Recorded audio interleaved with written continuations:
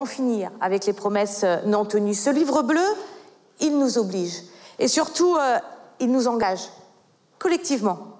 Salle des fêtes de l'Élysée, Annick Girardin, ministre des Outre-mer, dévoile le livre bleu. Feuille de route du gouvernement pour le quinquennat, le document synthétise 8 mois de travaux, des consultations nommées Assises des Outre-mer. Ces consultations, Emmanuel Macron les lance officiellement en Guyane. Le président de la République honore une promesse de campagne, objectif, ouvrir un nouveau chapitre de la relation entre l'État et les Outre-mer.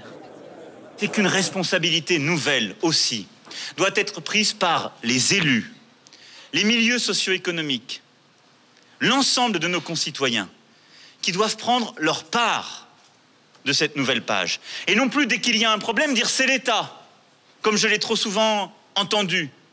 Non plus, dès qu'il y a une difficulté, se retourner vers l'un ou vers l'autre.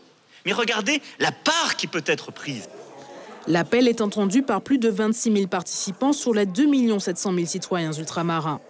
Certains choisissent Internet pour s'exprimer, d'autres les 551 ateliers organisés ou les 219 réunions publiques.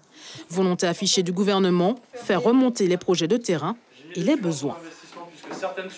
Je sais qu'il y a une formidable jeunesse qui est en métropole, qui étudie, qui attend qu'il y ait quelque chose qui se passe sur ce territoire. Pour nous, à Futuna, par rapport à l'hôpital, parce que c'est vraiment un gros problème. Développer l'emploi en Outre-mer, la formation.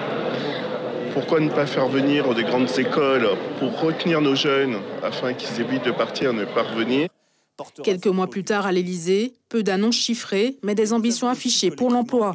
Une enveloppe de 700 millions d'euros consacrée à l'éducation et la formation professionnelle pour des territoires où le taux de chômage est parfois 2 à 3 fois plus élevé que dans l'Hexagone. L'État s'engage à soutenir les entrepreneurs, les encourage à ancrer leurs activités dans leur bassin régional.